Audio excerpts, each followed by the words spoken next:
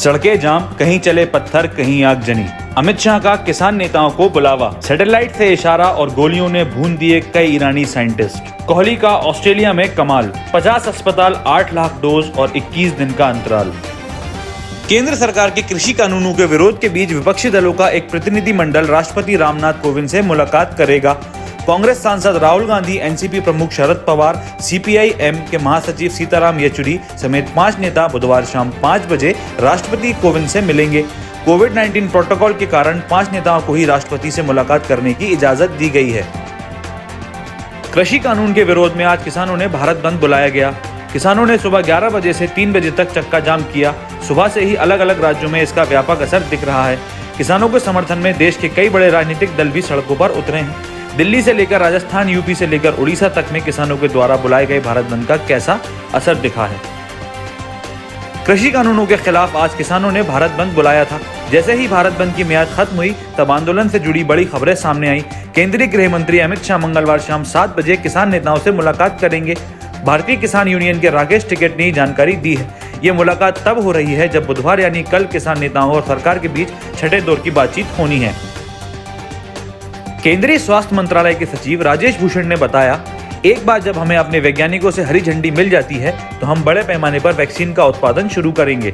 हमने सभी तैयारियां पूरी कर ली हैं। वैक्सीन के उत्पादन को बढ़ाने के लिए एक रूपरेखा तैयार की है और इसे कम से कम समय में प्रत्येक व्यक्ति को मुहैया कराया जाएगा। ईरानी वैज्ञानिक मोहसिन फखरीजादे का कत्ल कर दिया गया। चौंकाने वाली बात यह है कि जिस बंदूक से फखरीजादे का कत्ल किया गया वो तो भले ही ईरान में एक ट्रक पर लगाई गई थी, लेकिन उस ट्रक पर गन का ट्रिगर दबाने के लिए कोई इंसान मौजूद नहीं था, बल्कि धरती से लाखों किलोमीटर की दूरी पर आसमान में तैर रही एक सैटेलाइट का इशारा मिलते ही उस गन ने फखरीजादे को गोलियों से भून डाला। राजस्थान के भरतपुर में बदमाशों के खिलाफ कार्रवाई करने पहुंची पुलिस टीम पर बदमाशों ने ग्रामीणों के साथ मिलकर जानलेवा हमला बोल दिया।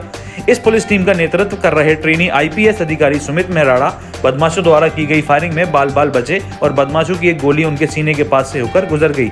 बदमाशों के इस हमले में कुछ पुलिसकर्मी चोटिल भी हो गए। नवी की छात्रा बिना बताए अपनी सहेलियों से मिलने गई तो वहां एक युवक ने उसकी मुलाकात हुई। युवक उसे अपने साथ ले गया और रेप किया। बाद में उसने अपने 8 दोस्तों को सौंप दिया जिन्होंने अलग अलग दिन छात्रा के साथ रेप किया। आरोपियों में 6 नाबालिग हैं। शर्मसार कर देने वाली ये घटना छत्तीसगढ़ के बलरामपुर जिले की है। T20 सीरीज में 2-1 की जीत हासिल करने के साथ ही विराट कोहली ऑस्ट्रेलिया में ऑस्ट्रेलिया के खिलाफ सभी फॉर्मेट्स में सीरीज जीतने वाले पहले एशियाई और भारतीय कप्तान बन गए हैं। विराट कोहली की कप्तानी वाली भारतीय टीम ने 2018-19 में 2-1 से टेस्ट सीरीज जीती थी, जबकि उसके बाद उसने वनडे सीरीज भी 2-1 से अपने नाम की थी।